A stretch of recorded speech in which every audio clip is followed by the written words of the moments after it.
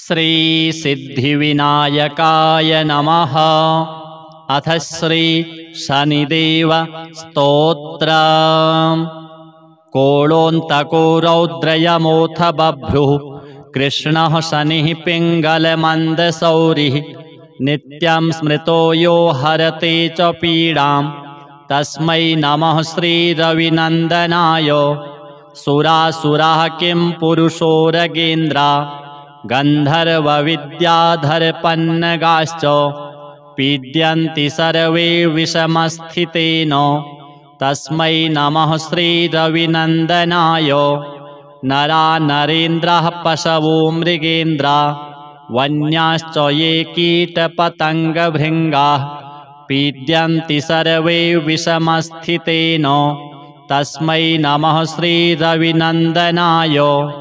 देशाश्च दुर्गाणि वनानि यत्र सेनानिवेशाः पुरपत्तनानि पीड्यन्ति सर्वे विषमस्थितेन तस्मै नमः श्रीरविनन्दनाय।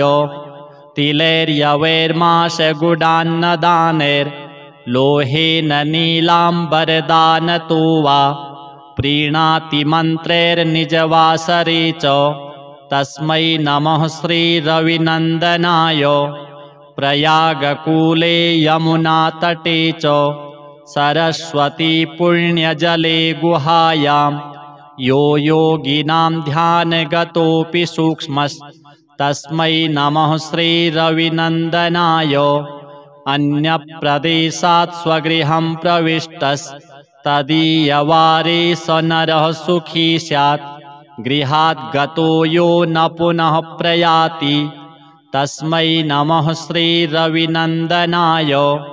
स्रष्टा स्वयंभूर्भुवनत्रयस्य प्रातःहरीशो हरते पिनाकी एकस्त्रिधारिग्यजुः साममूर्तिस्तस्मै नमः श्रीरविनन्दनाय। शन्यष्टकं यः प्रयतः प्रभाते नित्यं सुपुत्रैः पशुबान्धवैश्च पठेत्तु सौख्यं भुवि भोगयुक्तः प्राप्नोति निर्वाणपदं तदन्ते। कोणस्थः पिङ्गलो बभ्रुः कृष्णो रौद्रोऽन्तको यमः सौरिः शनैश्चरो मन्दः पिप्पलादेन संस्तुतः। एतानि 10 नामानि प्रातरुत्थाय यः पठेत् शनैश्चरकृता पीडा न कदाचिद् भविष्यति। अथ राहुस्तोत्रम्। शृण्वन्तु मुनयः सर्वे राहुप्रीतिकरं स्तवं सर्वरोगप्रशमनं विषभीतिहरं परं सर्वसम्पत्करं चैव गुह्यमेतदनुत्तमम् आदरेण प्रवक्ष्यामि श्रूयतामवधानतः। राहुः सूर्यरिपुश्चैव विषज्वाली भयाननः सुधांशुवैरिः श्यामात्मा विष्णुचक्राहितो बली भुजगेशस्तीक्ष्णदंष्ट्रः क्रूरकर्माग्रहाधिपः। 12 नामानि नित्यं यो नियतः पठेत् जप्त्वा तु प्रतिमां रम्यां शीसजामाशसुस्थितां नीलैर्गन्धाक्षतैः पुष्पैः भक्त्या सम्पूज्य यत्नतः। विधिना वह्निमादाय दूर्वाण्याज्याहुतिः क्रमात् तन्मन्त्रेणैव जुहुयात् यावद् अष्टोत्तरं शतं। हुत्वैवं भक्तिमान् राहुं प्रार्थयेद्ग्रहनायकम् सर्वापद्विनिवृत्त्यर्थं प्राञ्जलिः प्रणतो नरः। राहुकरालवदनो रविचन्द्रभयङ्कर तमोरूप नमस्तुभ्यं प्रसादं कुरु सर्वदा। सिंहिकासुतसूर्यारे सिद्धगन्धर्वपूजित सिंहवाह नमस्तुभ्यं सर्वान् रोगान् निवारय। कृपाणफलकाहस्त त्रिशूलिन्वरदायक गरलातिगरालस्य गदान्मे नाशयाखिलान् स्वरभानो सर्पवदन सुधाकरविमर्दन सुरासुरवरस्तुत्य सर्वदा त्वं प्रसीद मे इति सम्प्रार्थितो राहुः दुष्टस्थानगतोऽपि वा सुप्रीतो जायते तस्य सर्वान् रोगान् विनाशयेत् विषान्नो जायते भीतिः महारोगस्य का कथा सर्वान् कामान् वाप्नोति नष्टं राज्यमवाप्नुयात् एवं पठेदनुदिनं स्तवराजमेतं मर्त्यः प्रसन्नहृदयो विजितेन्द्रियो यः आरोग्यमायुरतुलं लभते सुपुत्रान् सर्वे ग्रहा विषमगाः सुरतिप्रसन्नाः। अथ केतु स्तोत्रम्। मुनीन्द्रसूततत्त्वज्ञ सर्वशास्त्रविशारद सर्वरोगहरं ब्रूहि केतोः स्तोत्रमनुत्तमम्। सूत उवाच शृणु गौतम वक्ष्यामि स्तोत्रमेतदनुत्तमम्। गुह्याद्गुह्यतमं केतोः ब्रह्मणा कीर्तितं पुरा आद्यः करालवदनो द्वितीयो रक्तलोचनः तृतीयः पिङ्गलाक्षश्च चतुर्थो ज्ञानदायकः पञ्चमः कपिलाक्षश्च षष्ठः कालाग्निसन्निभः सप्तमो हिमगर्भश्च धूम्रवर्णोष्टमस्तथा नवमः कृत्तकण्ठश्च दशमः नरपीठगः एकादशस्तु श्रीकण्ठः द्वादशस्तु गदायुधः द्वादशैते महाक्रूराः सर्वोपद्रवकारकाः पर्वकाले पीड्यन्ति दिवाकरनिशाकरौ नाम द्वादशकं स्तोत्रं केतोरेतन्महात्मनः पठन्ति येन्वहं भक्त्या तेभ्यः केतुः प्रसीदति कुलुक्थ्यधान्ये विलिखेत् षट्कोणं मण्डलं शुभं पद्ममष्टदलं तत्र विलिखेच्च विधानतः नीलं घटं च संस्थाप्य दिवाकरनिशाकरौ केतुं च तत्र निक्षिप्य पूजयित्वा विधानतः स्तोत्रमेतत् पठित्वा च ध्यायन् केतुं वरप्रदं ब्राह्मणं श्रोत्रियं शान्तं पूजयित्वा कुटुम्बिनां केतोः करालवक्त्रस्य प्रतिमां वस्त्रसंयुतां कुम्भादिभिश्च संयुक्तं चित्रातारे प्रदापयेत् दानेनानेन सुप्रीतः केतुः स्यात् तस्य सौख्यदः वत्सरं प्रयता भूत्वा पूजयित्वा विधानतः मूलमष्टोत्तरशतं ये जपन्ति नरोत्तमाः तेषां केतुप्रसादेन न कदाचिद् भयं भवेत्। अथ श्री सिद्धकुञ्जिका स्तोत्रम्। शिव उवाच शृणु देवि प्रवक्ष्यामि कुञ्जिकास्तोत्रमुत्तमां येन मन्त्रप्रभावेण चण्डीजापः शुभो भवेत्। न कवचं नार्गलास्तोत्रं कीलकं न रहस्यकं न सूक्तं नापि ध्यानं च न न्यासो न च वार्चनं कुञ्जिकापाठमात्रेण दुर्गापाठफलं लभेत्। अतिगुह्यतरं देवी देवानामपि दुर्लभं गोपनीयं प्रयत्नेन स्वयोनिरिव पार्वती मारणं मोहनं वश्यं स्तम्भनोच्चाटनादिकं पाठमात्रेण संसिद्धेत् कुञ्जिकास्तोत्रमुत्तमाम्। ॐ ऐं ह्रीं क्लीं चामुण्डायै विच्चे। ॐ ग्लौं हूं क्लीं जूं सः ज्वालय ज्वालय ज्वल ज्वल प्रज्वल प्रज्वल। ऐं ह्रीं क्लीं चामुण्डायै विच्चे ज्वल हं सं लं क्षं फट् स्वाहा। नमस्ते रुद्ररूपिण्ये नमस्ते मधुमर्दिनि नमः कैटभहारिण्यै नमस्ते महिषार्दिनि नमस्ते शुम्भहन्त्र्यै च निशुम्भासुरघातिनि। जाग्रतं हि महादेवी जपं सिद्धं कुरुष्व मे।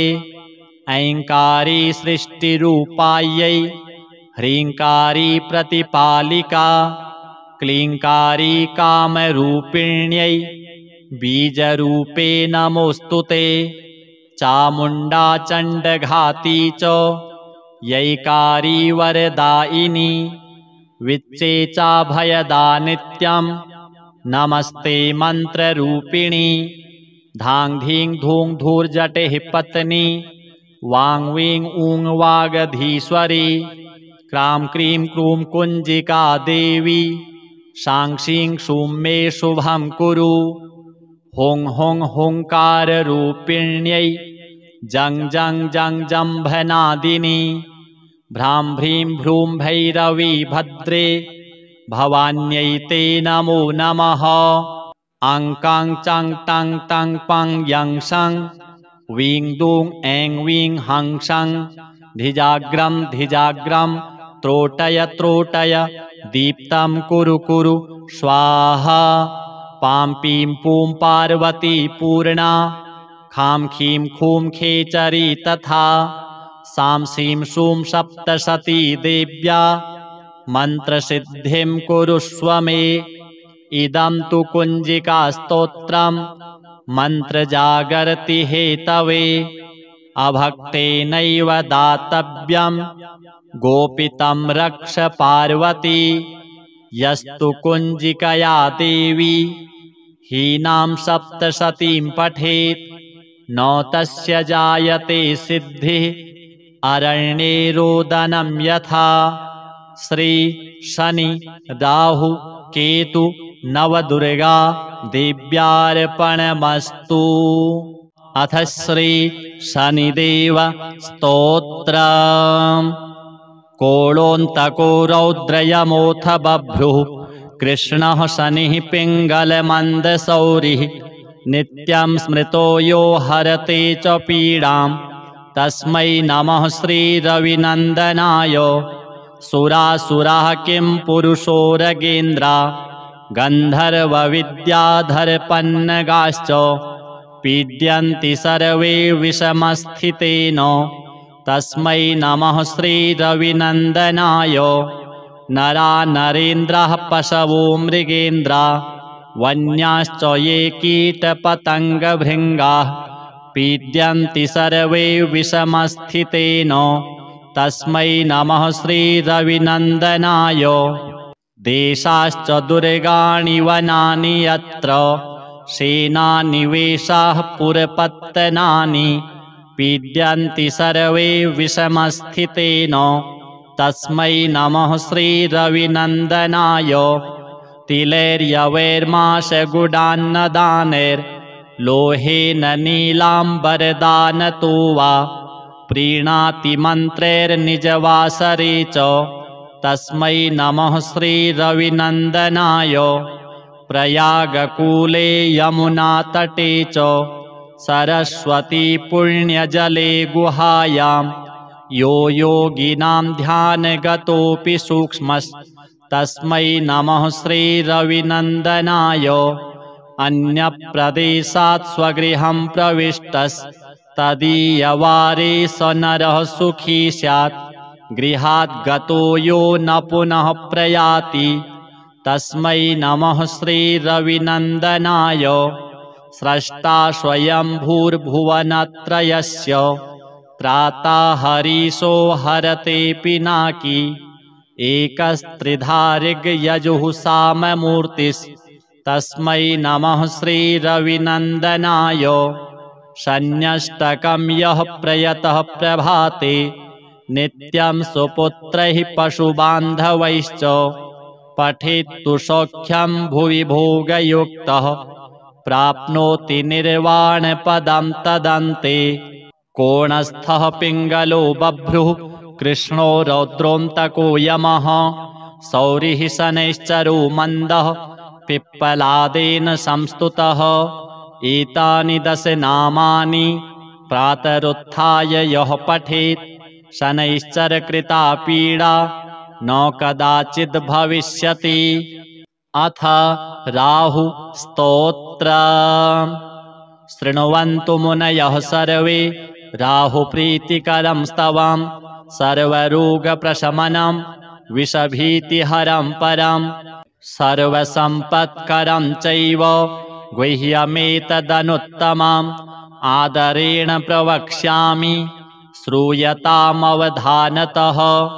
राहुः सूर्यरिपुश्चैव विषज्वाली भयाननः सुधांशुवैरिः श्यामात्मा विष्णुचक्राहितो बली भुजगेशस्तीक्ष्णदंष्ट्रः क्रूरकर्माग्रहाधिपः। 12 नामानि नित्यं यो नियतः पठेत् जप्त्वा तु प्रतिमां रम्यां शीसजामाशसुस्थितां नीलैर्गन्धाक्षतैः पुष्पैः भक्त्या सम्पूज्य यत्नतः विधिना वह्निमादाय दूर्वाण्याज्याहुतिः क्रमात् तन्मन्त्रेणैव जुहुयात् यावद् अष्टोत्तरं शतं। हुत्वैवं भक्तिमान् राहुं प्रार्थयेद्ग्रहनायकम् सर्वापद्विनिवृत्त्यर्थं प्राञ्जलिः प्रणतो नरः। राहुकरालवदनो रविचन्द्रभयङ्करो तमोरूप नमस्तुभ्यं प्रसादं कुरु सर्वदा। सिंहिकासुतसूर्यारे सिद्धगन्धर्वपूजितो सिंहवाहनमस्तुभ्यं सर्वान् रोगान् निवारय।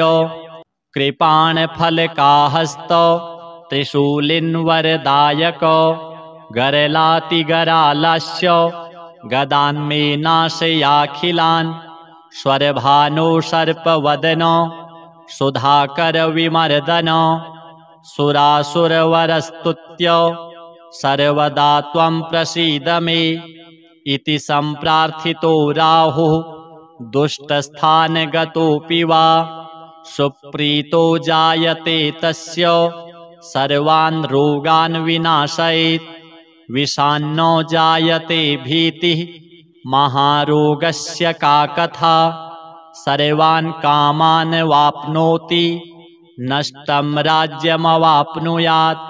एवं पठेदनुदिनं स्तवराजमेतं मर्त्यः प्रसन्नहृदयो विजितेन्द्रियो यः आरोग्यमायुरतुलं लभते सुपुत्रान् सर्वे ग्रहा विषमगाः सुरति प्रसन्नाः। अथ केतुस्तोत्रम्। मुनीन्द्रसूततत्त्वज्ञ सर्वशास्त्रविशारद सर्वरोगहरं ब्रूहि केतोः स्तोत्रमनुत्तमम्। सूत उवाच शृणु गौतम वक्ष्यामि स्तोत्रमेतदनुत्तमम्। गुह्याद्गुह्यतमं केतोः ब्रह्मणा कीर्तितं पुरा।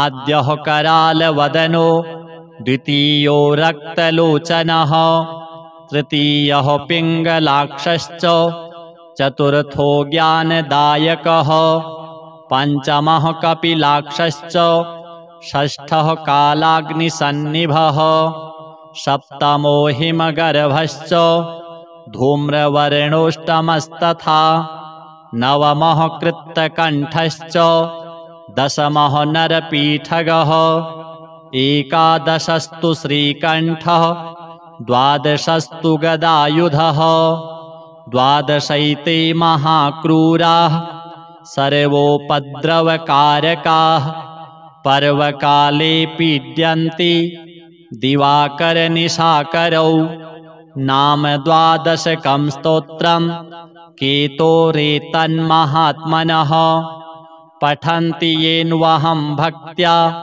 तेभ्यः केतुः प्रसीदति कुलुक्थ्यधान्ये विलिखेत् षट्कोणं मण्डलं शुभं पद्ममष्टदलं तत्र विलिखेच्च विधानतः नीलं घटं च संस्थाप्य दिवाकरनिशाकरौ केतुं च तत्र निक्षिप्य पूजयित्वा विधानतः स्तोत्रमेतत् पठित्वा च ध्यायन् केतुं वरप्रदं ब्राह्मणं श्रोत्रियं शान्तं पूजयित्वा कुटुम्बिनां केतोः करालवक्त्रस्य प्रतिमां वस्त्रसंयुतां कुम्भादिभिश्च संयुक्तं चित्रातारे प्रदापयेत् दानेनानेन सुप्रीतः केतुः स्यात् तस्य सौख्यदः वत्सरं प्रयता भूत्वा पूजयित्वा विधानतः मूलमष्टोत्तरशतं ये जपन्ति नरोत्तमाः तेषां केतुप्रसादेन न कदाचिद् भयं भवेत्। अथ श्री सिद्धकुञ्जिका स्तोत्रम्। शिव उवाच शृणु देवि प्रवक्ष्यामि कुञ्जिका स्तोत्रमुत्तमां येन मन्त्रप्रभावेण चण्डीजापः शुभो भवेत्। न कवचं नार्गलास्तोत्रं कीलकं न रहस्यकं न सूक्तं नापि ध्यानं च न न्यासो न च वार्चनं कुञ्जिकापाठमात्रेण दुर्गापाठफलं लभेत्। अतिगुह्यतरं देवी देवानामपि दुर्लभं गोपनीयं प्रयत्नेन स्वयोनिरिव पार्वती मारणं मोहनं वश्यं स्तम्भनोच्चाटनादिकं पाठमात्रेण संसिद्ध्येत् कुञ्जिकास्तोत्रमुत्तमम्। ॐ ऐं ह्रीं क्लीं चामुण्डायै विच्चे। ॐ ग्लौं हूं क्लीं जूं सः ज्वालय ज्वालय ज्वल ज्वल प्रज्वल प्रज्वल। ऐं ह्रीं क्लीं चामुण्डायै विच्चे ज्वल हंसं लं क्षं फट् स्वाहा। नमस्ते रुद्ररूपिण्ये नमस्ते मधुमर्दिनी नमः कैटभहारिण्यै नमस्ते महिषार्दिनी नमस्ते शुम्भहन्त्र्यै च निशुम्भासुरघातिनी। जाग्रतं हि महादेवी जपं सिद्धं कुरुष्व मे। ऐङ्कारी सृष्टिरूपायै ह्रीङ्कारी प्रतिपालिका क्लीङ्कारी कामरूपिण्यै बीजरूपे नमोऽस्तु ते। चामुण्डा चण्डघाती च यैकारी वरदायिनी विच्चे चाभयदा नित्यं नमस्ते मन्त्ररूपिणी। धां धीं धूं धूर्जटेः पत्नी वां वीं ऊं वागधीश्वरी क्रां क्रीं क्रूं कुञ्जिका देवी शां शीं शूं मे शुभं कुरु। हुं हुं हुङ्काररूपिण्यै जं जं जं जम्भनादिनी भ्रां भ्रीं भ्रूं भैरवी भद्रे भवान्यै ते नमो नमः। अं कां चं टं तं पं यं सं वीं दूं ऐं वीं हं सं धिजाग्रं धिजाग्रं त्रोटय त्रोटय दीप्तं कुरु कुरु स्वाहा। पां पीं पूं पार्वती पूर्णा खां खीं खूं खेचरी तथा सां सीं शूं सप्तशती देव्या मन्त्रसिद्धिं कुरुष्व मे। इदं तु कुञ्जिकास्तोत्रं मन्त्रजागर्ति हेतवे अभक्तेनैव दातव्यं गोपितं रक्ष पार्वती यस्तु कुञ्जिकया देवी हीनां सप्तशतीं पठेत् न तस्य जायते सिद्धिः अरण्ये रोदनं यथा। श्री शनि राहु केतु नवदुर्गा देव्यार्पणमस्तु। अथ श्री शनिदेव स्तोत्रम्। कोलोऽन्तको रौद्रयमोऽथ बभ्रुः कृष्णः शनिः पिङ्गलमन्दशौरिः नित्यं स्मृतो यो हरते च पीडां तस्मै नमः श्रीरविनन्दनाय। सुरासुराः किं पुरुषोरगेन्द्रा गन्धर्वविद्याधरपन्नगाश्च पीड्यन्ति सर्वे विषमस्थितेन तस्मै नमः श्रीरविनन्दनाय। नरा नरेन्द्राः पशवो मृगेन्द्रा वन्याश्च ये कीटपतङ्गभृङ्गाः पीड्यन्ति सर्वे विषमस्थितेन तस्मै नमः श्रीरविनन्दनाय। देशाश्च दुर्गाणि वनानि यत्र सेनानिवेशाः पुरपत्तनानि पीड्यन्ति सर्वे विषमस्थितेन तस्मै नमः श्रीरविनन्दनाय। तिलैर्यवैर्माशगुडान्नदानैर्लोहेन नीलाम्बरदानतो वा प्रीणाति मन्त्रैर्निजवासरे च तस्मै नमः श्रीरविनन्दनाय।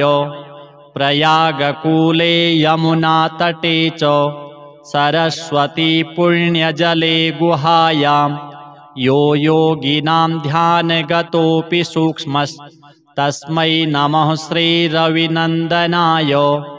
अन्यप्रदेशात् स्वगृहं प्रविष्टस्तदीयवारे स नरः सुखी स्यात् गृहात् गतो यो न पुनः प्रयाति तस्मै नमः श्रीरविनन्दनाय।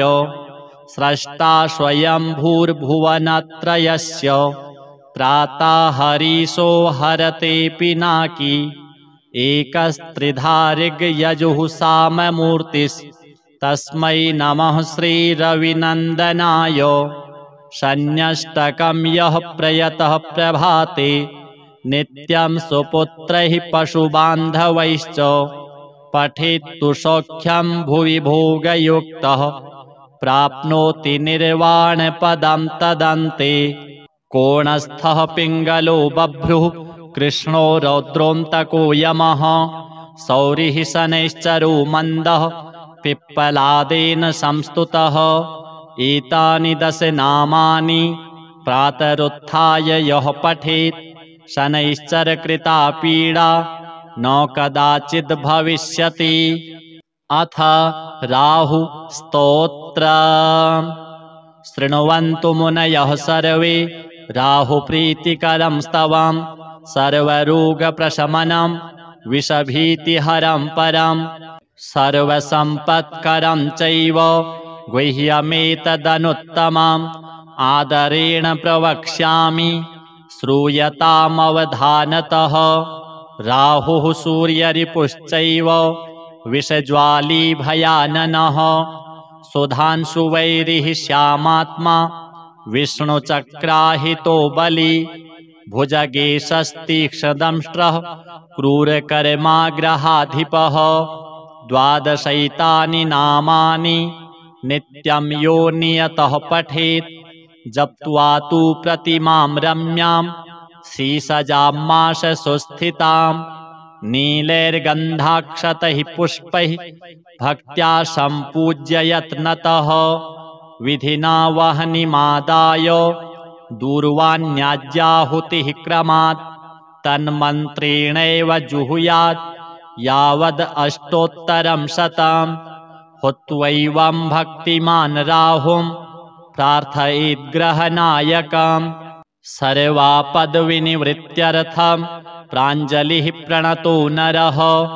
राहुकरालवदनो रविचन्द्रभयङ्कर तमोरूपनमस्तुभ्यं प्रसादं कुरु सर्वदा। सिंहिकासुतसूर्यारे सिद्धगन्धर्वपूजित सिंहवाहनमस्तुभ्यं सर्वान् रोगान् निवारय। कृपाणफलकाहस्त त्रिशूलिन्वरदायक गरलातिगरालस्य गदान्मे नाशयाखिलान्। स्वरभानो सर्पवदन सुधाकरविमर्दन सुरासुरवरस्तुत्य सर्वदा त्वं प्रसीद मे। इति सम्प्रार्थितो राहुः दुष्टस्थानगतोऽपि वा सुप्रीतो जायते तस्य सर्वान् रोगान् विनाशयेत्। विषान्नो जायते भीतिः महारोगस्य का कथा सर्वान् कामान् वाप्नोति नष्टं राज्यमवाप्नुयात्। एवं पठेदनुदिनं स्तवराजमेतं मर्त्यः प्रसन्नहृदयो विजितेन्द्रियो यः आरोग्यमायुरतुलं लभते सुपुत्रान्। सर्वे ग्रहा विषमगाः सुरति प्रसन्नाः। अथ केतुस्तोत्रम्।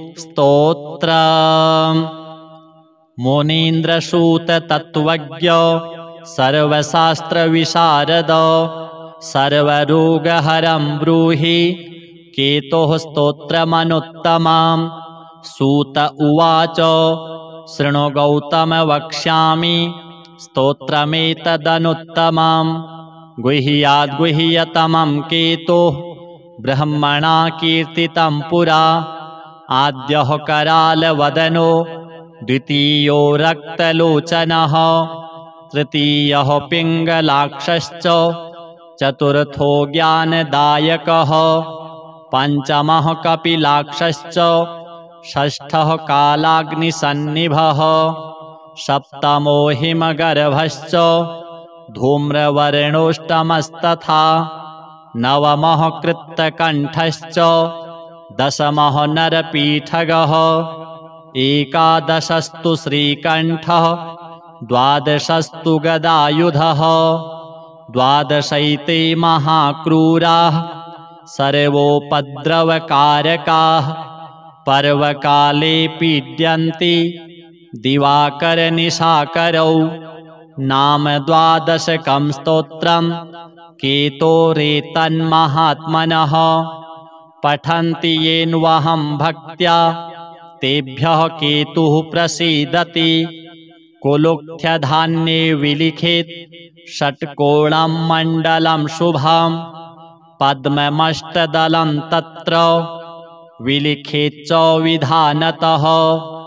नीलं घटं च संस्थाप्य दिवाकरनिशाकरौ केतुं च तत्र निक्षिप्य पूजयित्वा विधानतः। स्तोत्रमेतत् पठित्वा च ध्यायन् केतुं वरप्रदं ब्राह्मणं श्रोत्रियं शान्तं पूजयित्वा कुटुम्बिनां। केतोः करालवक्त्रस्य प्रतिमां वस्त्रसंयुतां कुम्भादिभिश्च संयुक्तं चित्रातारे प्रदापयेत्। दानेनानेन सुप्रीतः केतुः स्यात् तस्य सौख्यदः। वत्सरं प्रयता भूत्वा पूजयित्वा विधानतः। मूलमष्टोत्तरशतं ये जपन्ति नरोत्तमाः तेषां केतुप्रसादेन न कदाचिद् भयं भवेत्। अथ श्री सिद्धकुञ्जिका स्तोत्रम्। शिव उवाच शृणु देवि प्रवक्ष्यामि कुञ्जिकास्तोत्रमुत्तमं येन मन्त्रप्रभावेण चण्डीजापः शुभो भवेत्।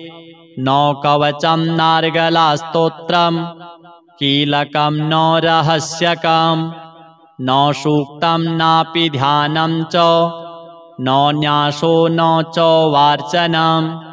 कुञ्जिकापाठमात्रेण दुर्गापाठफलं लभेत् अतिगुह्यतरं देवी देवानामपि दुर्लभं गोपनीयं प्रयत्नेन स्वयोनिरिव पार्वती मारणं मोहनं वश्यं स्तम्भनोच्चाटनादिकं पाठमात्रेण संसिद्धेत् कुञ्जिकास्तोत्रमुत्तमम्। ॐ ऐं ह्रीं क्लीं चामुण्डायै विच्चे ॐ ग्लौं हूं क्लीं जूं सः ज्वालय ज्वालय ज्वल ज्वल प्रज्वल प्रज्वल ऐं ह्रीं क्लीं चामुण्डायै विच्चे ज्वल हं सं लं क्षं फट् स्वाहा।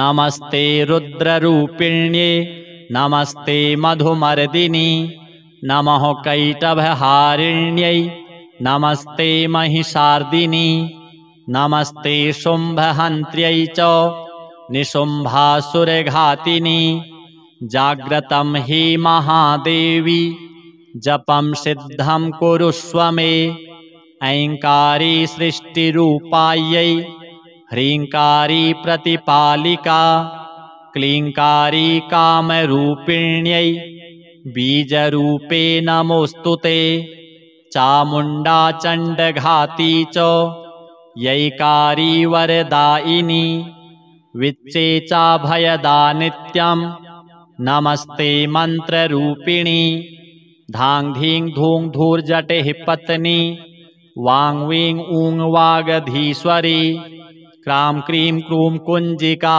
देवी शां शीं शूं मे शुभं कुरु हुं हुं हुङ्काररूपिण्यै जं जं जं जम्भनादिनी भ्रां भ्रीं भ्रूं भैरवी भद्रे भवान्यै ते नमो नमः। अं कां चं टं टं पं यं सं वीं दूं ऐं वीं हं सं धिजाग्रं धिजाग्रं त्रोटय त्रोटय दीप्तं कुरु कुरु स्वाहा। पां पीं पूं पार्वती पूर्णा खां खीं खूं खेचरी तथा सां सीं शूं सप्तशती देव्या मन्त्रसिद्धिं कुरुष्व मे इदं तु कुञ्जिकास्तोत्रं मन्त्रजागर्ति हेतवे अभक्तेनैव दातव्यं गोपितं रक्ष पार्वती यस्तु कुञ्जिकया देवी हीनां सप्तशतीं पठेत् न तस्य जायते सिद्धिः अरण्ये रोदनं यथा श्री शनि राहु केतु नवदुर्गा देव्यार्पणमस्तु। अथ श्री शनिदेव स्तोत्रम्। कोळोऽन्तको रौद्रयमोऽथ बभ्रुः कृष्णः शनिः पिङ्गलमन्दशौरिः नित्यं स्मृतो यो हरते च पीडां तस्मै नमः श्रीरविनन्दनाय।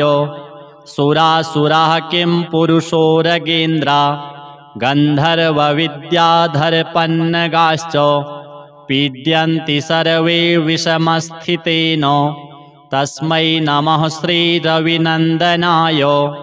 नरा नरेन्द्राः पशवो मृगेन्द्रा वन्याश्च ये कीटपतङ्गभृङ्गाः पीड्यन्ति सर्वे विषमस्थितेन तस्मै नमः श्रीरविनन्दनाय। देशाश्च दुर्गाणि वनानि यत्र सेनानिवेशाः पुरपत्तनानि पीड्यन्ति सर्वे विषमस्थितेन तस्मै नमः श्रीरविनन्दनाय। तिलैर्यवैर्माशगुडान्नदानैर्लोहेन नीलाम्बरदानतो वा प्रीणाति मन्त्रैर्निजवासरे च तस्मै नमः श्रीरविनन्दनाय। प्रयागकूले यमुनातटे च सरस्वती पुण्यजले गुहायां यो योगिनां ध्यानगतोऽपि सूक्ष्मस्तस्मै नमः श्रीरविनन्दनाय। अन्यप्रदेशात् स्वगृहं प्रविष्टस्तस्मै तदीयवारे स नरः सुखी स्यात् गृहात् गतो यो न पुनः प्रयाति। तस्मै नमः श्रीरविनन्दनाय स्रष्टा स्वयंभूर्भुवनत्रयस्य त्राताहरीशो हरते पिनाकी। एकस्त्रिधारिग्यजुः साममूर्तिस्तस्मै नमः श्रीरविनन्दनाय। शन्यष्टकं यः प्रयतः प्रभाते नित्यं सुपुत्रैः पशुबान्धवैश्च पठेत्तु सौख्यं भुवि भोगयुक्तः प्राप्नोति निर्वाणपदं तदन्ते। कोणस्थः पिङ्गलो बभ्रुः कृष्णो रौद्रोऽन्तको यमः सौरिः शनैश्चरो मन्दः पिप्पलादेन संस्तुतः। एतानि 10 नामानि प्रातरुत्थाय यः पठेत् शनैश्चरकृता पीडा न कदाचिद् भविष्यति। अथ राहु स्तोत्र। शृण्वन्तु मुनयः सर्वे राहुप्रीतिकरं स्तवं सर्वरोगप्रशमनं विषभीतिहरं परं सर्वसम्पत्करं चैव गुह्यमेतदनुत्तमम् आदरेण प्रवक्ष्यामि श्रूयतामवधानतः। राहुः सूर्यरिपुश्चैव विषज्वाली भयाननः सुधांशुवैरिः श्यामात्मा विष्णुचक्राहितो बली भुजगेशस्तीक्ष्णदंष्ट्रः क्रूरकर्माग्रहाधिपः। 12 नामानि नित्यं यो नियतः पठेत् जप्त्वा तु प्रतिमां रम्यां शीसजामाशसुस्थितां नीलैर्गन्धाक्षतैः पुष्पैः भक्त्या सम्पूज्य यत्नतः विधिना वह्निमादाय दूर्वाण्याज्याहुतिः क्रमात् तन्मन्त्रेणैव जुहुयात् यावद् अष्टोत्तरं शतं। हुत्वैवं भक्तिमान् राहुं प्रार्थयेद्ग्रहनायकम् सर्वापद्विनिवृत्त्यर्थं प्राञ्जलिः प्रणतो नरः। राहुकरालवदनो रविचन्द्रभयङ्कर तमोरूप नमस्तुभ्यं प्रसादं कुरु सर्वदा।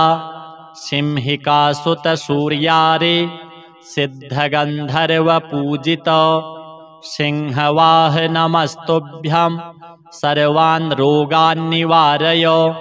कृपाणफलकाहस्त त्रिशूलिन्वरदायक गरलातिगरालस्य गदान्मे नाशयाखिलान् स्वरभानो सर्पवदन सुधाकरविमर्दन सुरासुरवरस्तुत्य सर्वदा त्वं प्रसीद मे इति सम्प्रार्थितो राहुः दुष्टस्थानगतोऽपि वा सुप्रीतो जायते तस्य सर्वान् रोगान् विनाशयेत्।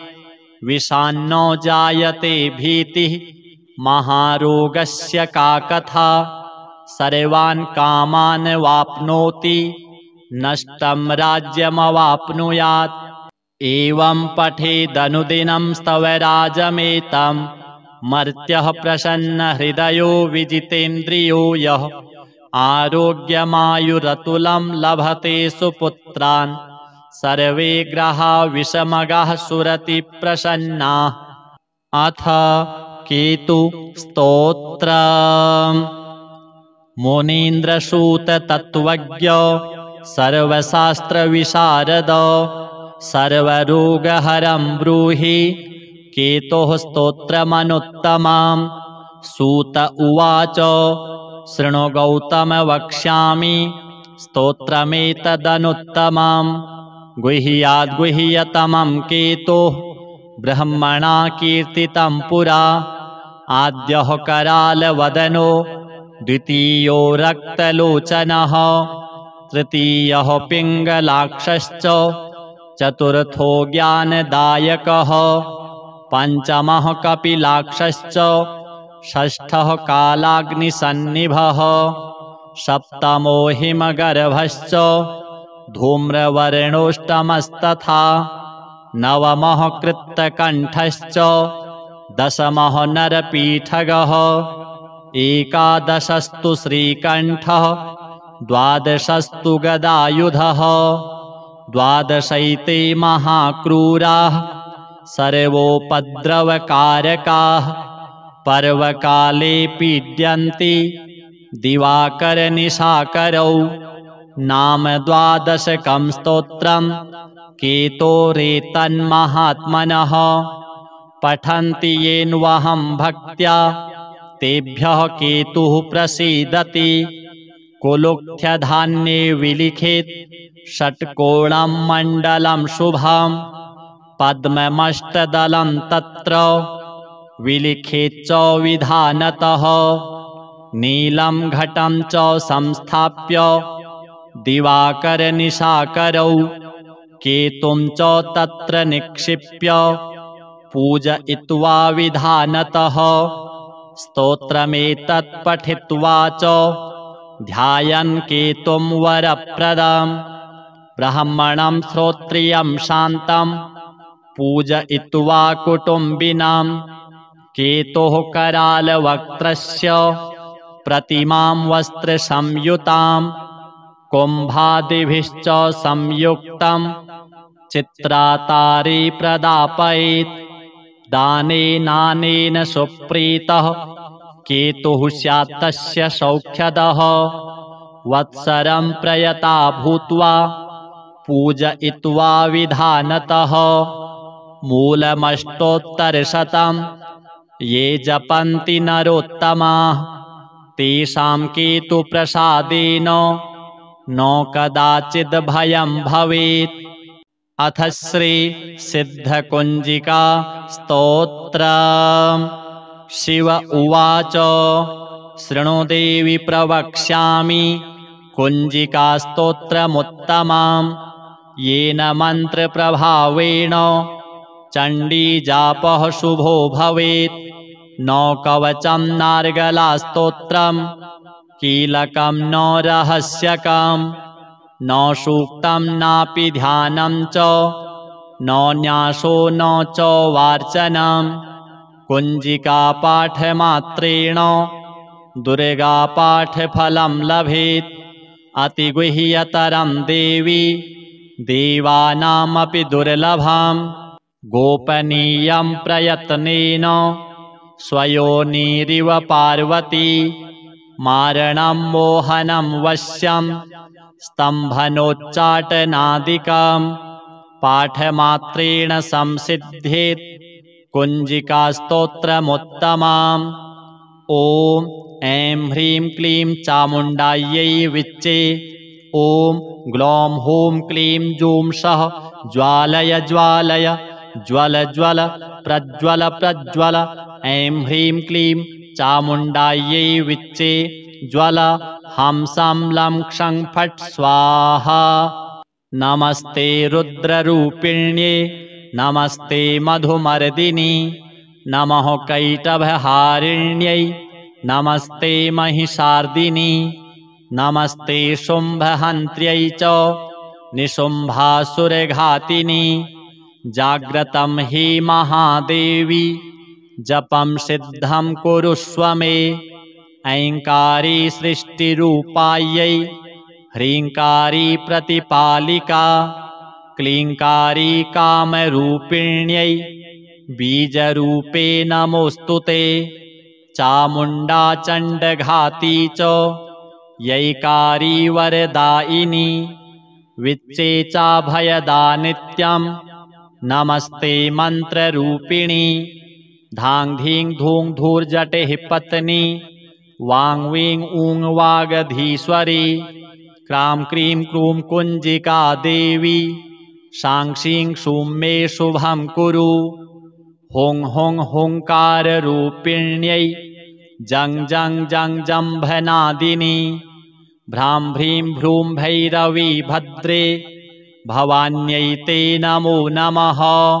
आं कां चां टां तां पां यां शां वीं दूं ऐं वीं हां शां धिजाग्रं धिजाग्रं त्रोटय त्रोटय दीप्तं कुरु कुरु स्वाहा पां पीं पूं पार्वती पूर्णा खां खीं खूं खेचरी तथा सां सीं सूं सप्तशती देव्या मन्त्रसिद्धिं कुरुष्व मे इदं तु कुञ्जिकास्तोत्रम् मन्त्रजागर्ति हेतवे अभक्तेनैव दातव्यं गोपितं रक्ष पार्वती यस्तु कुञ्जिकया देवी हीनां सप्तशतीं पठेत् न तस्य जायते सिद्धिः अरण्ये रोदनं यथा श्री शनि राहु केतु नवदुर्गा देव्यार्पणमस्तु। अथ श्री शनिदेव स्तोत्रम्। कोळोऽन्तको रौद्रयमोऽथ बभ्रुः कृष्णः शनिः पिङ्गलमन्दशौरिः नित्यं स्मृतो यो हरते च पीडां तस्मै नमः श्रीरविनन्दनाय। सुरासुराः किं पुरुषोरगेन्द्रा गन्धर्वविद्याधरपन्नगाश्च पीड्यन्ति सर्वे विषमस्थितेन तस्मै नमः श्रीरविनन्दनाय। नरा नरेन्द्राः पशवो मृगेन्द्रा वन्याश्च ये कीटपतङ्गभृङ्गाः पीड्यन्ति सर्वे विषमस्थितेन तस्मै नमः श्रीरविनन्दनाय। देशाश्च दुर्गाणि वनानि यत्र सेनानिवेशाः पुरपत्तनानि पीड्यन्ति सर्वे विषमस्थितेन तस्मै नमः श्रीरविनन्दनाय। तिलैर्यवैर्माशगुडान्नदानैर्लोहेन नीलाम्बरदानतो वा प्रीणाति मन्त्रैर्निजवासरे च तस्मै नमः श्रीरविनन्दनाय। प्रयागकूले यमुनातटे च सरस्वती पुण्यजले गुहायां यो योगिनां ध्यानगतोऽपि सूक्ष्मस्तस्मै नमः श्रीरविनन्दनाय। अन्यप्रदेशात् स्वगृहं प्रविष्टस्तदीयवारे स नरः सुखी स्यात् गृहात् गतो यो न पुनः प्रयाति तस्मै नमः श्रीरविनन्दनाय। स्रष्टा स्वयंभूर्भुवनत्रयस्य त्राता हरीशो हरते पिनाकी एकस्त्रिधा ऋग्यजुः साममूर्तिस्तस्मै नमः श्रीरविनन्दनाय। शन्यष्टकं यः प्रयतः प्रभाते नित्यं सुपुत्रैः पशुबान्धवैश्च पठेत्तु सौख्यं भुवि भोगयुक्तः प्राप्नोति निर्वाणपदं तदन्ते। कोणस्थः पिङ्गलो बभ्रुः कृष्णो रौद्रोऽन्तको यमः सौरिः शनैश्चरो मन्दः पिप्पलादेन संस्तुतः। एतानि 10 नामानि प्रातरुत्थाय यः पठेत् शनैश्चरकृता पीडा न कदाचिद् भविष्यति। अथ राहु स्तोत्रम्।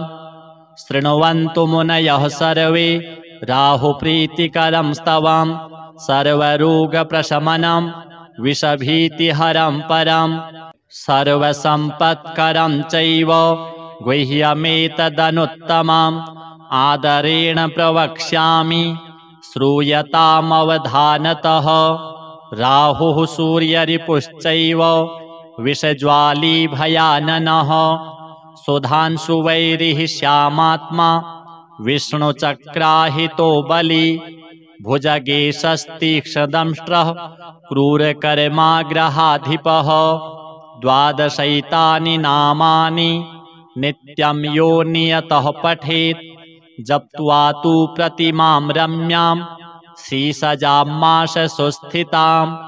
नीलैर्गन्धाक्षतैः पुष्पैः भक्त्या सम्पूज्य यत्नतः विधिना वह्निमादाय दूर्वाण्याज्याहुतिः क्रमात् तन्मन्त्रेणैव जुहुयात् यावद् अष्टोत्तरं शतम् हुत्वैवं भक्तिमान् राहुं प्रार्थयेत् ग्रहनायकम् सर्वापद्विनिवृत्त्यर्थं प्राञ्जलिः प्रणतो नरः राहुकरालवदनो रविचन्द्रभयङ्करो तमोरूप नमस्तुभ्यं प्रसादं कुरु सर्वदा सिंहिकासुतसूर्यारे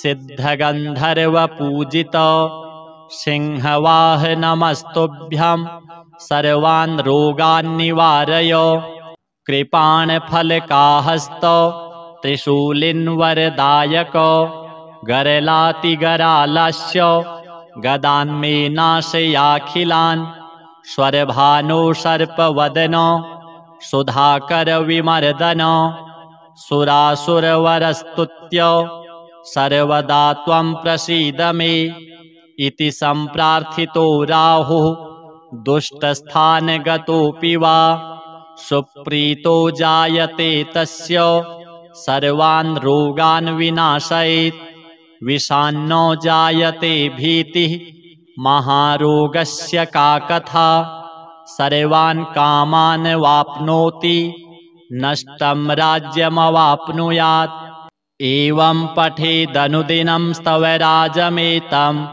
मर्त्यः प्रसन्नहृदयो विजितेन्द्रियो यः आरोग्यमायुरतुलं लभते सुपुत्रान् सर्वे ग्रहा विषमगाः सुरतिप्रसन्नाः अथ केतु स्तोत्रम् मुनीन्द्रसूततत्त्वज्ञ सर्वशास्त्रविशारद सर्वरोगहरं ब्रूहि केतोः स्तोत्रमनुत्तमम् सूत उवाच शृणु गौतम वक्ष्यामि स्तोत्रमेतदनुत्तमम् गुह्याद्गुह्यतमं केतुः ब्रह्मणा कीर्तितं पुरा आद्यः करालवदनो द्वितीयो रक्तलोचनः तृतीयः पिङ्गलाक्षश्च चतुर्थो ज्ञानदायकः पञ्चमः कपिलाक्षश्च षष्ठः कालाग्निसन्निभः सप्तमो हिमगर्भश्च धूम्रवर्णोष्टमस्तथा नवमः कृत्तकण्ठश्च दशमः नरपीठगः एकादशस्तु श्रीकण्ठः द्वादशस्तु गदायुधः द्वादशैते महाक्रूराः सर्वोपद्रवकारकाः पर्वकाले पीड्यन्ति दिवाकरनिशाकरौ नाम द्वादशकं स्तोत्रं केतोरेतन्महात्मनः पठन्ति येन्वहं भक्त्या तेभ्यः केतुः प्रसीदति कुलुक्थ्यधान्ये विलिखेत् षट्कोणं मण्डलं शुभं पद्ममष्टदलं तत्र विलिखेच्च विधानतः नीलं घटं च संस्थाप्य दिवाकरनिशाकरौ केतुं च तत्र निक्षिप्य पूजयित्वा विधानतः स्तोत्रमेतत् पठित्वा च ध्यायन् केतुं वरप्रदं ब्राह्मणं श्रोत्रियं शान्तं पूजयित्वा कुटुम्बिनां केतोः करालवक्त्रस्य प्रतिमां वस्त्रसंयुतां कुम्भादिभिश्च संयुक्तं चित्रातारे प्रदापयेत् दानेनानेन सुप्रीतः केतुः स्यात् तस्य सौख्यदः वत्सरं प्रयता भूत्वा पूजयित्वा विधानतः मूलमष्टोत्तरशतं ये जपन्ति नरोत्तमाः तेषां केतुप्रसादेन न कदाचिद् भयं भवेत्। अथ श्री सिद्धकुञ्जिका स्तोत्रम्। शिव उवाच शृणु देवि प्रवक्ष्यामि कुञ्जिका स्तोत्रमुत्तमम् येन मन्त्रप्रभावेण चण्डीजापः शुभो भवेत्। न कवचं नार्गलास्तोत्रं कीलकं न रहस्यकं न सूक्तं नापि ध्यानं च न न्यासो न च वार्चनं। कुञ्जिकापाठमात्रेण दुर्गापाठफलं लभेत्। अतिगुह्यतरं देवी देवानामपि दुर्लभं। गोपनीयं प्रयत्नेन स्वयोनिरिव पार्वती। मारणं मोहनं वश्यं स्तम्भनोच्चाटनादिकं पाठमात्रेण संसिद्धेत् कुञ्जिकास्तोत्रमुत्तमम्। ॐ ऐं ह्रीं क्लीं चामुण्डायै विच्चे। ॐ ग्लौं हूं क्लीं जूं सः ज्वालय ज्वालय ज्वल ज्वल प्रज्वल प्रज्वल। ऐं ह्रीं क्लीं चामुण्डायै विच्चे ज्वल हं सं लं क्षं फट् स्वाहा। नमस्ते रुद्ररूपिण्ये नमस्ते मधुमर्दिनि नमः कैटभहारिण्यै नमस्ते महिषार्दिनि नमस्ते शुम्भहन्त्र्यै च निशुम्भासुरघातिनि। जाग्रतं हि महादेवी जपं सिद्धं कुरुष्व मे। ऐङ्कारी सृष्टिरूपायै ह्रीङ्कारी प्रतिपालिका क्लीङ्कारी कामरूपिण्यै बीजरूपे नमोऽस्तु ते। चामुण्डा चण्डघाती च यैकारी वरदायिनी विच्चे चाभयदा नित्यं नमस्ते मन्त्ररूपिणी। धां धीं धूं धूर्जटिः पत्नी वां वीं ऊं वागधीश्वरी। क्रां क्रीं क्रूं कुञ्जिका देवी शां शीं शूं मे शुभं कुरु। हुं हुं हुङ्काररूपिण्यै जं जं जं जम्भनादिनि। भ्रां भ्रीं भ्रूं भैरवी भद्रे भवान्यै ते नमो नमः। आं कां चां टां टां पां यं सं वीं दूं ऐं वीं हं सं। धिजाग्रं धिजाग्रं त्रोटय त्रोटय दीप्तं कुरु कुरु स्वाहा। पां पीं पूं पार्वती पूर्णा खां खीं खूं खेचरी तथा। सां सीं शूं सप्तशती देव्या मन्त्रसिद्धिं कुरुष्व मे। इदं तु कुञ्जिकास्तोत्रं मन्त्रजागर्ति हेतवे। अभक्तेनैव दातव्यं गोपितं रक्ष पार्वती। यस्तु कुञ्जिकया देवी हीनां सप्तशतीं पठेत् न तस्य जायते सिद्धिः अरण्ये रोदनं यथा। श्री शनि राहु केतु नवदुर्गा देव्यार्पणमस्तु। अथ श्री शनिदेव स्तोत्रम्। कोलोऽन्तको रौद्रयमोऽथ बभ्रुः कृष्णः शनिः पिङ्गलमन्दशौरिः। नित्यं स्मृतो यो हरते च पीडां तस्मै नमः श्रीरविनन्दनाय। सुरासुराः किं पुरुषोरगेन्द्रा गन्धर्वविद्याधरपन्नगाश्च पीड्यन्ति सर्वे विषमस्थितेन तस्मै नमः श्रीरविनन्दनाय। नरा नरेन्द्राः पशवो मृगेन्द्रा वन्याश्च ये कीटपतङ्गभृङ्गाः पीड्यन्ति सर्वे विषमस्थितेन तस्मै नमः श्रीरविनन्दनाय। देशाश्च दुर्गाणि वनानि यत्र सेनानिवेशाः पुरपत्तनानि पीड्यन्ति सर्वे विषमस्थितेन तस्मै नमः श्रीरविनन्दनाय। तिलैर्यवैर्माशगुडान्नदानैर्लोहेन नीलाम्बरदानतो वा प्रीणाति मन्त्रैर्निजवासरे च तस्मै नमः श्रीरविनन्दनाय। प्रयागकूले यमुनातटे च सरस्वती पुण्यजले गुहायां यो योगिनां ध्यानगतोऽपि सूक्ष्मस्तस्मै नमः श्रीरविनन्दनाय। अन्यप्रदेशात् स्वगृहं प्रविष्टस्तदीयवारे स नरः सुखी स्यात्। गृहात् गतो यो न पुनः प्रयाति तस्मै नमः श्रीरविनन्दनाय। स्रष्टा स्वयंभूर्भुवनत्रयस्य त्राता हरीशो हरते पिनाकी। एकस्त्रिधारिग्यजुः साममूर्तिस्तस्मै नमः श्रीरविनन्दनाय। शन्यष्टकं यः प्रयतः प्रभाते नित्यं सुपुत्रैः पशुबान्धवैश्च पठेत्तु सौख्यं भुवि भोगयुक्तः प्राप्नोति निर्वाणपदं तदन्ते। कोणस्थः पिङ्गलो बभ्रुः कृष्णो रौद्रोऽन्तको यमः सौरिः शनैश्चरो मन्दः पिप्पलादेन संस्तुतः। एतानि 10 नामानि प्रातरुत्थाय यः पठेत् शनैश्चरकृता पीडा न कदाचिद् भविष्यति।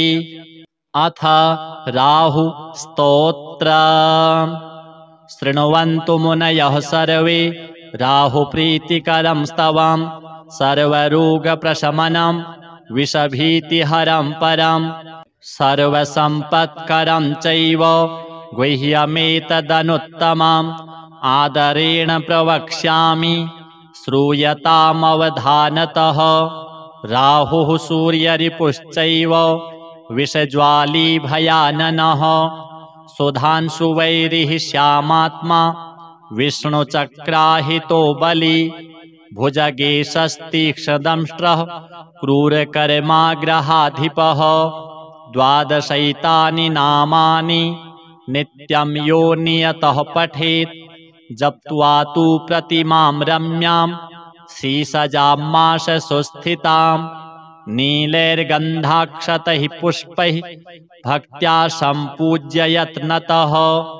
विधिना वह्निमादाय दूर्वाण्याज्याहुतिः क्रमात् तन्मन्त्रेणैव जुहुयात् यावद् अष्टोत्तरं शतं।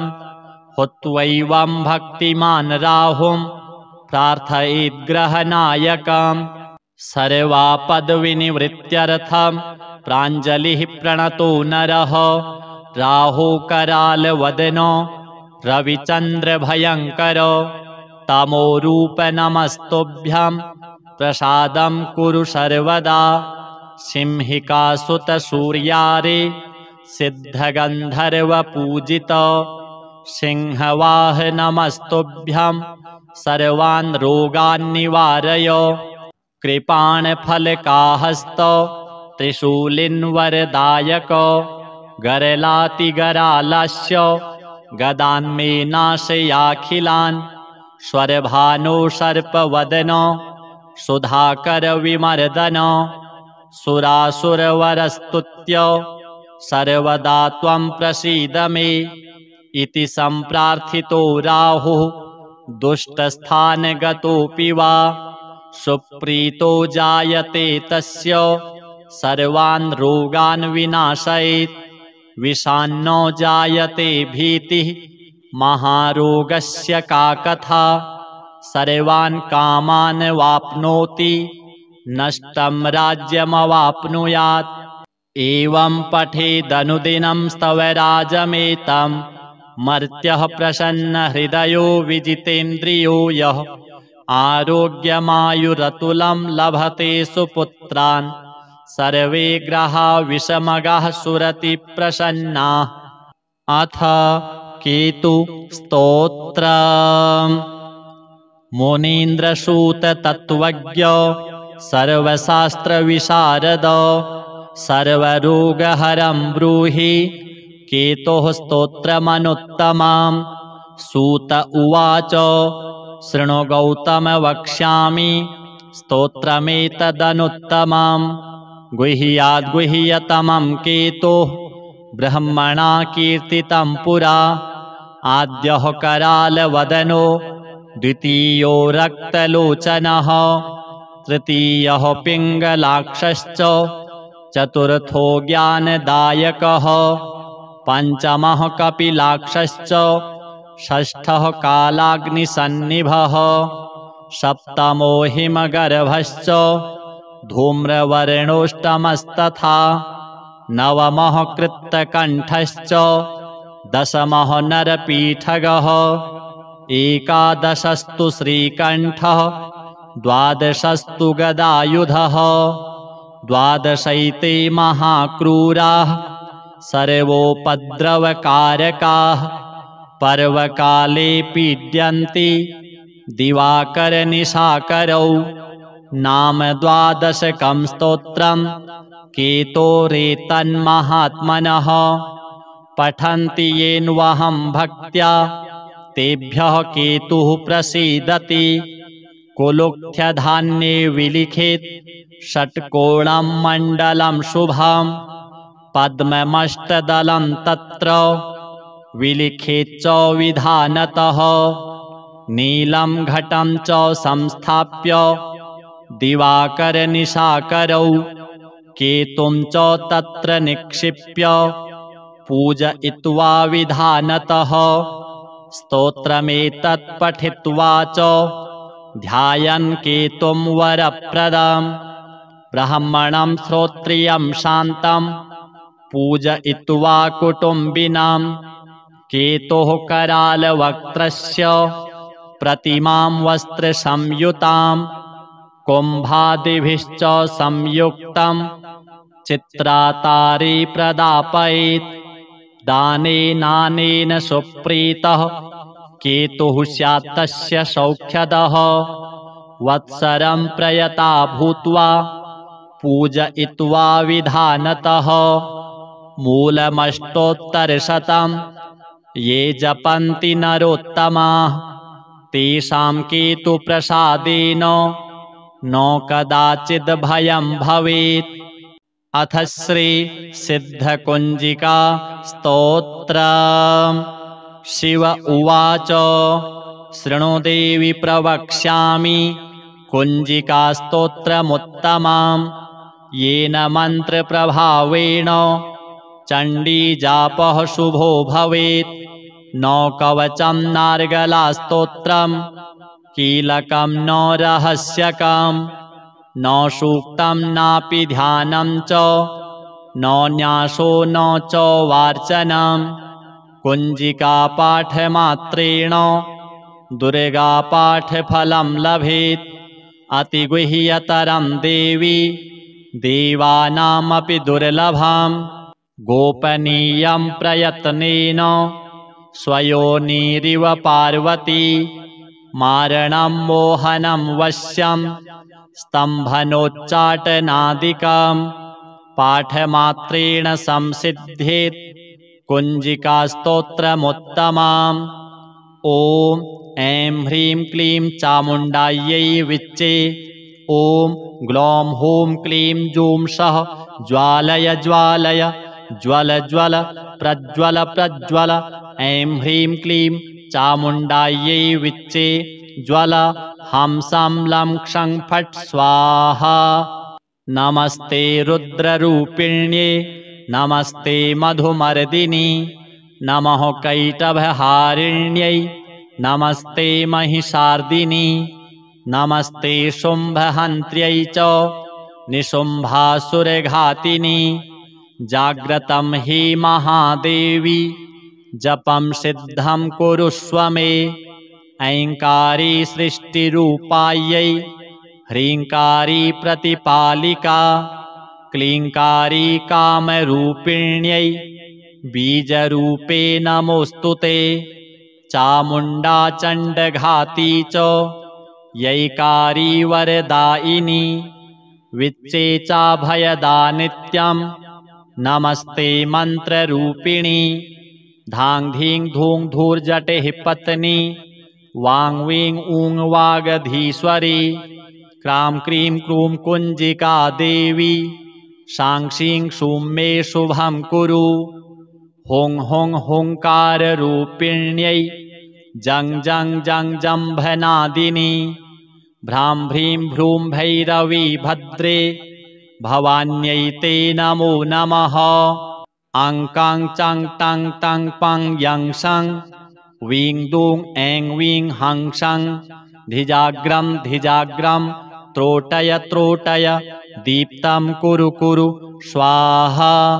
पां पीं पूं पार्वती पूर्णा खां खीं खूं खेचरी तथा सां सीं सूं सप्तशती देव्या मन्त्रसिद्धिं कुरुष्व मे।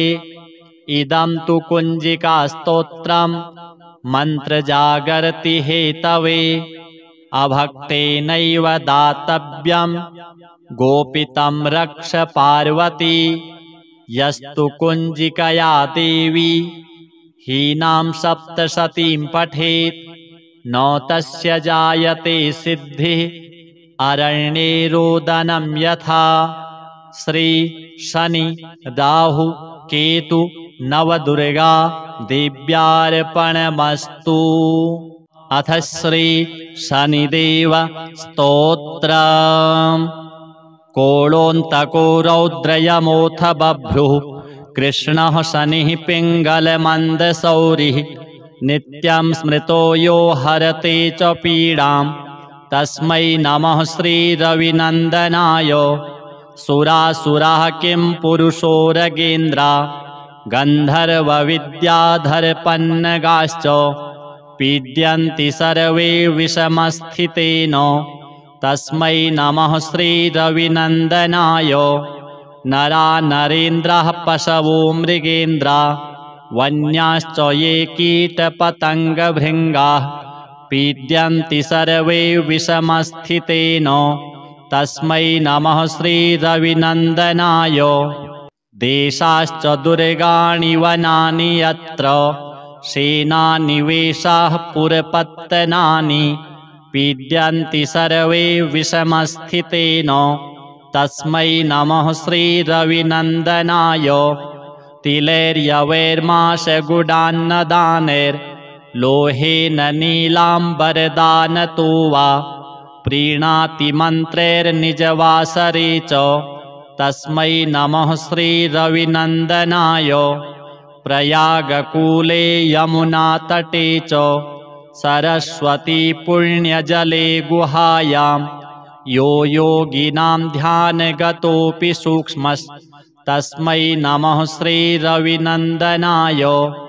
अन्यप्रदेशात् स्वगृहं प्रविष्टस्तदीयवारे स नरः सुखी स्यात् गृहात् गतो यो न पुनः प्रयाति तस्मै नमः श्रीरविनन्दनाय। स्रष्टा स्वयंभूर्भुवनत्रयस्य त्राता हरीशो हरते पिनाकी एकस्त्रिधा ऋग्यजुः साममूर्तिस्तस्मै नमः श्रीरविनन्दनाय।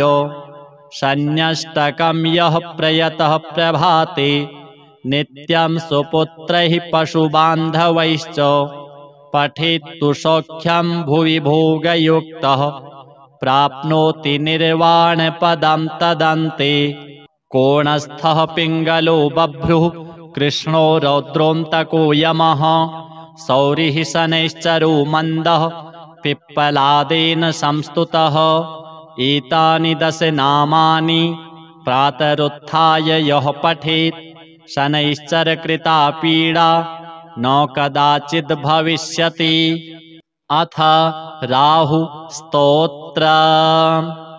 शृण्वन्तु मुनयः सर्वे राहुप्रीतिकरं स्तवं सर्वरोगप्रशमनं विषभीतिहरं परं सर्वसम्पत्करं चैव गुह्यमेतदनुत्तमम् आदरेण प्रवक्ष्यामि श्रूयतामवधानतः।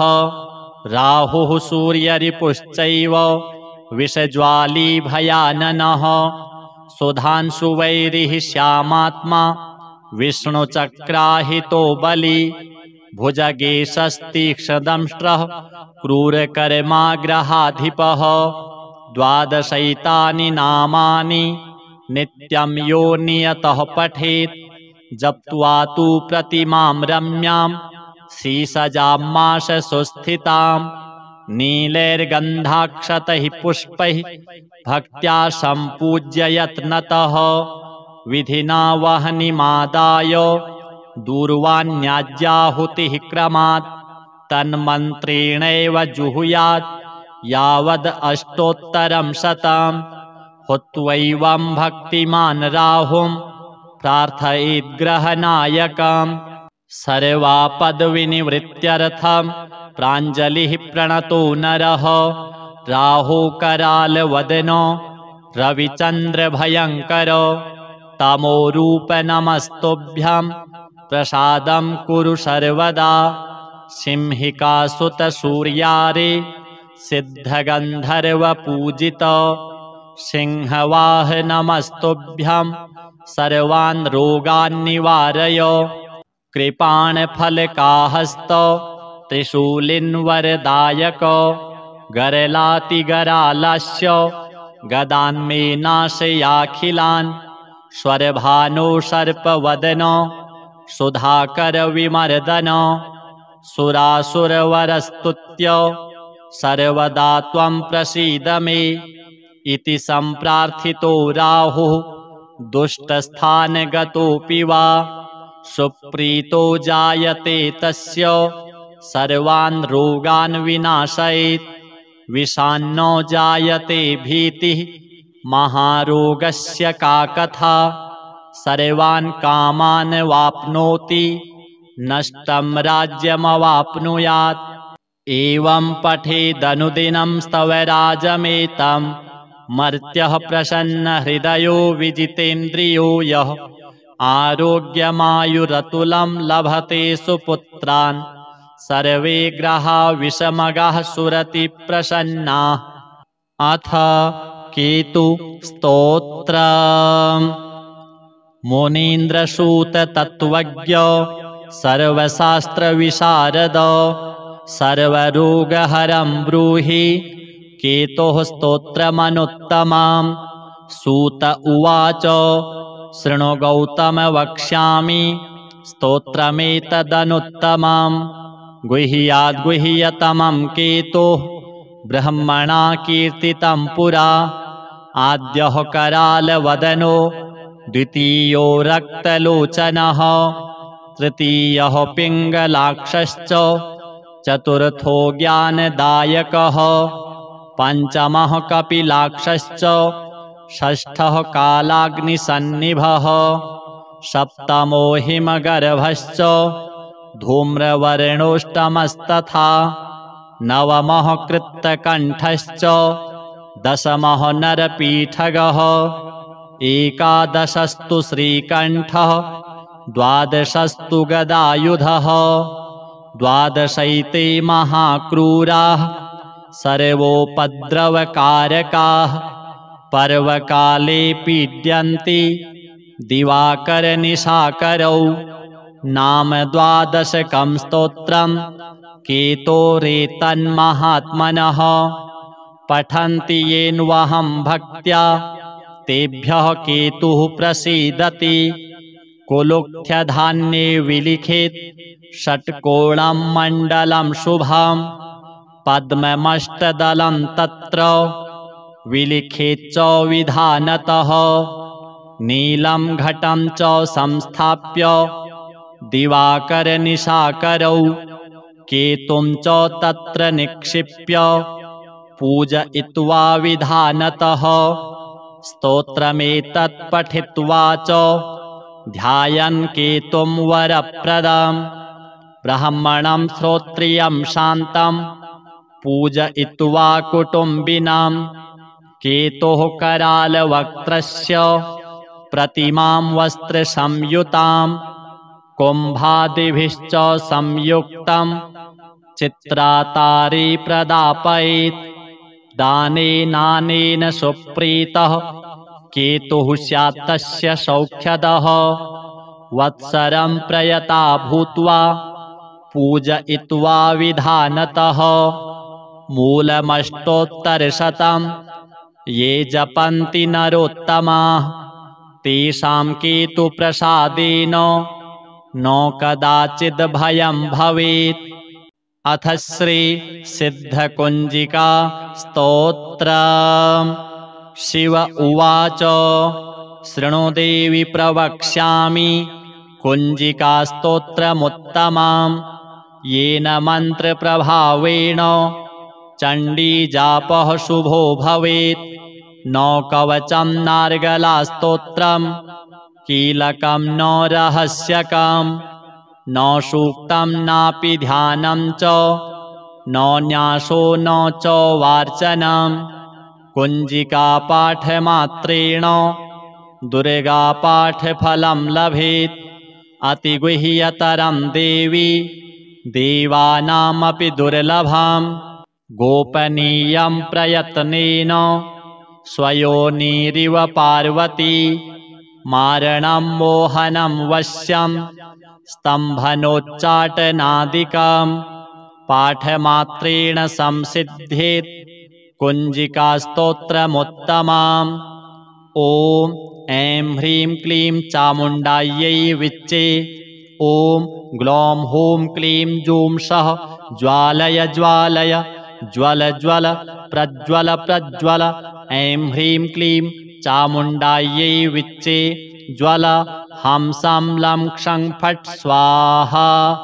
नमस्ते रुद्ररूपिण्ये नमस्ते मधुमर्दिनि नमः कैटभहारिण्यै नमस्ते महिषार्दिनि नमस्ते शुम्भहन्त्र्यै च निशुम्भासुरघातिनि। जाग्रतं हि महादेवी जपं सिद्धं कुरुष्व मे।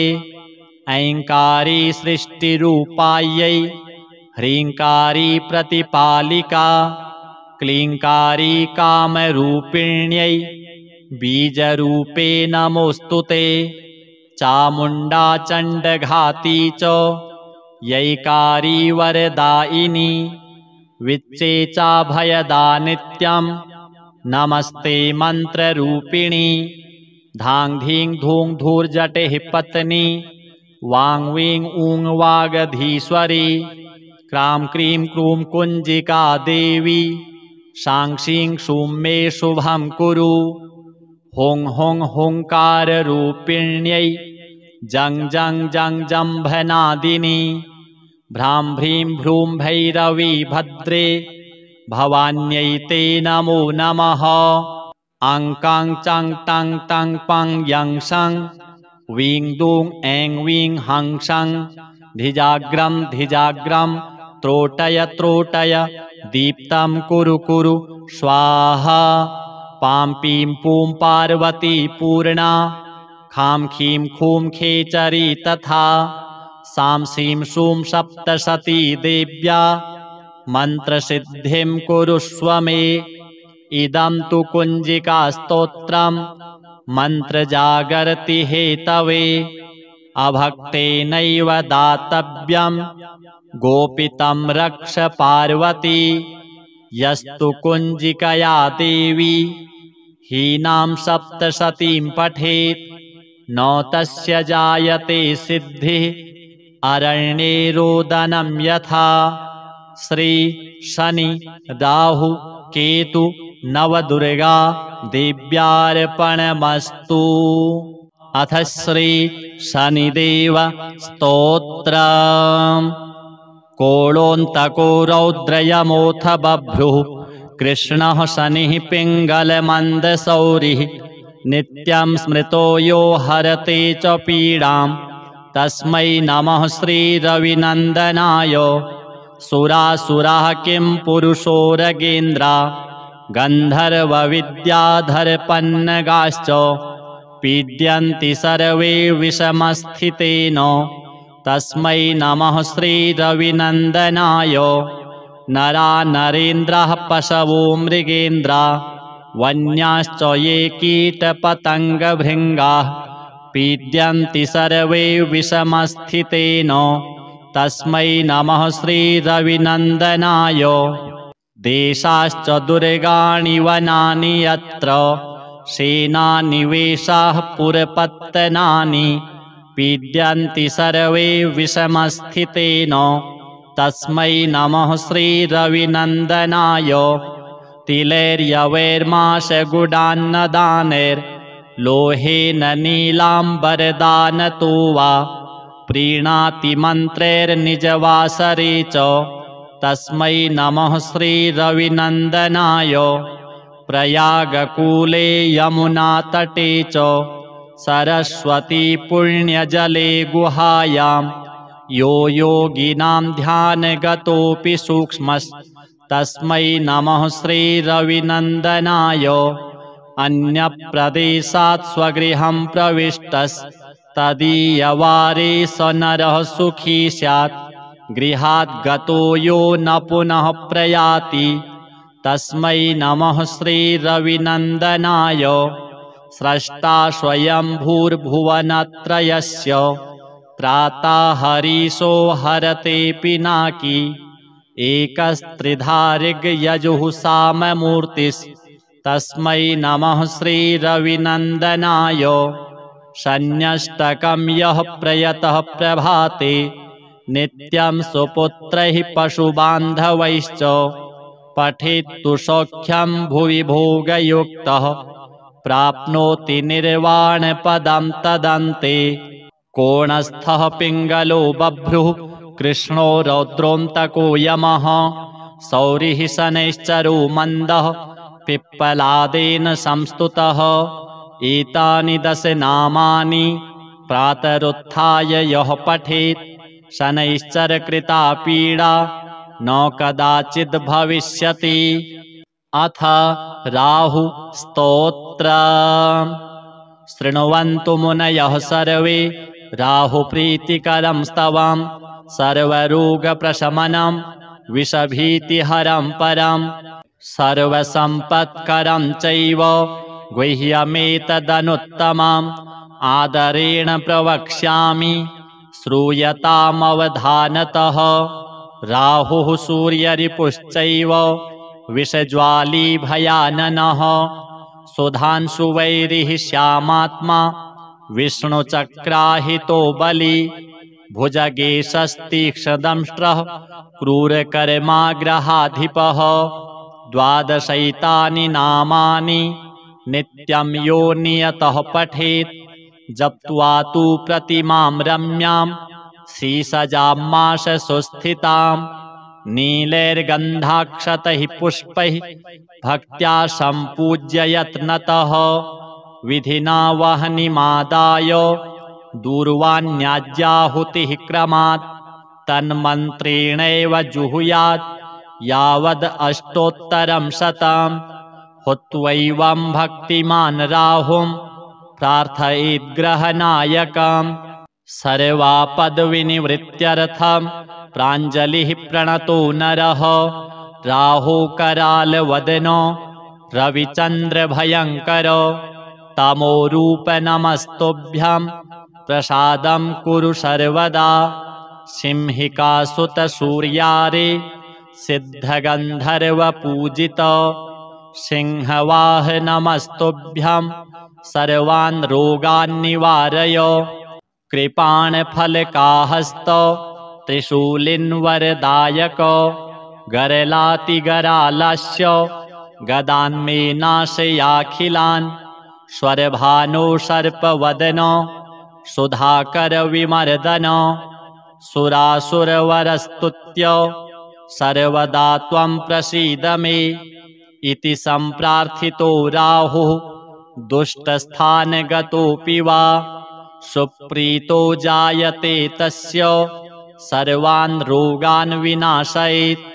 विषान्नो जायते भीतिः महारोगस्य का कथा सर्वान् कामान् वाप्नोति नष्टं राज्यमवाप्नुयात् एवं पठेदनुदिनं स्तवराजमेतं मर्त्यः प्रसन्नहृदयो विजितेन्द्रियो यः आरोग्यमायुरतुलं लभते सुपुत्रान् सर्वे ग्रहा विषमगाः सुरति प्रसन्नाः। अथ केतु स्तोत्रम्।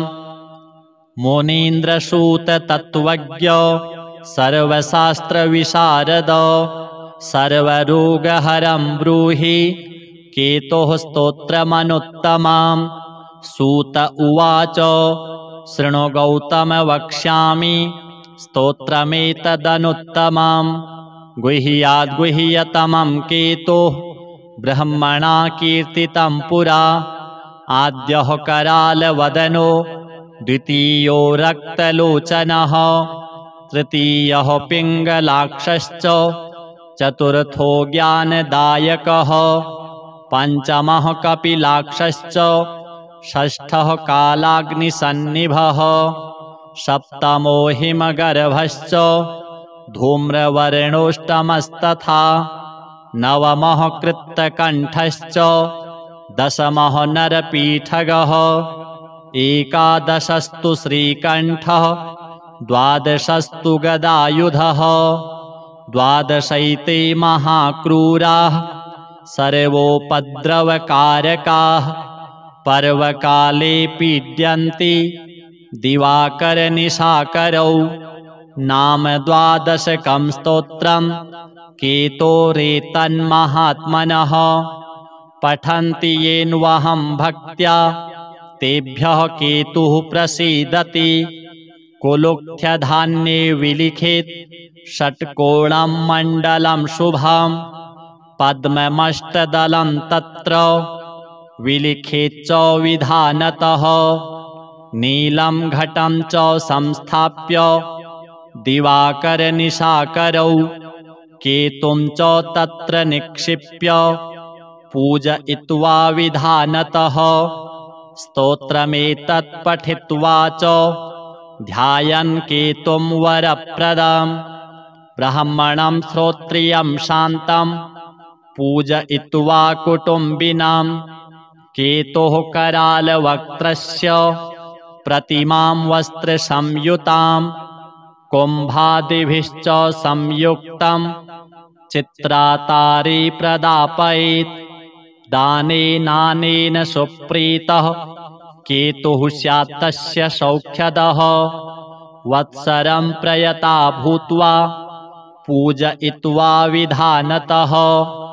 मूलमष्टोत्तरशतं ये जपन्ति नरोत्तमाः तेषां केतुप्रसादेन न कदाचिद् भयं भवेत्। अथ श्री सिद्धकुञ्जिका स्तोत्रम्। शिव उवाच शृणु देवि प्रवक्ष्यामि कुञ्जिकास्तोत्रमुत्तमं येन मन्त्रप्रभावेण चण्डीजापः शुभो भवेत्। न कवचं नार्गलास्तोत्रं कीलकं न रहस्यकं न सूक्तं नापि ध्यानं च न न्यासो न च वार्चनं। कुञ्जिकापाठमात्रेण दुर्गापाठफलं लभेत्। अतिगुह्यतरं देवी देवानामपि दुर्लभं गोपनीयं प्रयत्नेन स्वयोनिरिव पार्वती। मारणं मोहनं वश्यं स्तम्भनोच्चाटनादिकं पाठमात्रेण संसिद्धेत् कुञ्जिकास्तोत्रमुत्तमम्। ॐ ऐं ह्रीं क्लीं चामुण्डायै विच्चे। ॐ ग्लौं हूं क्लीं जूं सः ज्वालय ज्वालय ज्वल ज्वल प्रज्वल प्रज्वल। ऐं ह्रीं क्लीं चामुण्डायै विच्चे ज्वल। हंसं लं क्षं फट् स्वाहा। नमस्ते रुद्ररूपिण्ये नमस्ते मधुमर्दिनी नमः कैटभहारिण्यै नमस्ते महिषार्दिनी नमस्ते शुम्भहन्त्र्यै च निशुम्भासुरघातिनी। जाग्रतं हि महादेवी जपं सिद्धं कुरुष्व मे।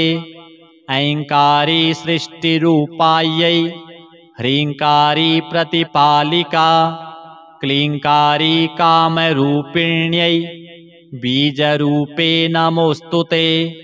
चामुण्डा चण्डघाती च यैकारी वरदायिनी विच्चेचाभयदा नित्यं नमस्ते मन्त्ररूपिणी धां धीं धूं धूर्जटिः पत्नी वां वीं ऊं वागधीश्वरी क्रां क्रीं क्रूं कुञ्जिका देवी शां शीं शूं मे शुभं कुरु हुं हुं हुंकाररूपिण्यै जं जं जं जम्भनादिनी भ्रां भ्रीं भ्रूं भैरवी भद्रे भवान्यै ते नमो नमः अं कां चं टं टं पं यं सं वीं दूं ऐं वीं हं सं धिजाग्रं धिजाग्रं त्रोटय त्रोटय दीप्तं कुरु कुरु स्वाहा पां पीं पूं पार्वती पूर्णा खां खीं खूं खेचरी तथा